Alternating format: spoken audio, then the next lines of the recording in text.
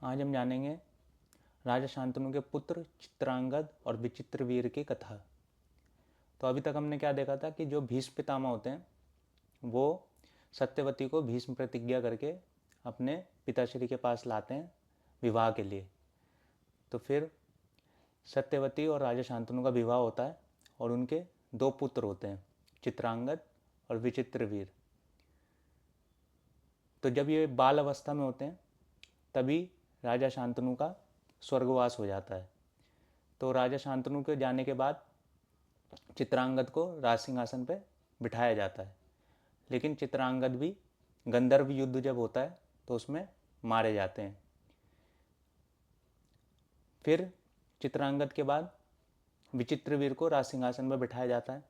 तो जब ये बड़े होते हैं तो भीष्म पितामह फिर इनके विवाह के लिए काशी नरेश के यहाँ एक स्वयंवर होता है, जिसमें काशी नरेश अपनी 3 बेटियां अंबिका, अम्बा, अम्बालिका का विवाह कर रहे होते हैं। तो भीष्म पितामह वहाँ जाके तीनों को उठा ले आते हैं हस्तिनापुर।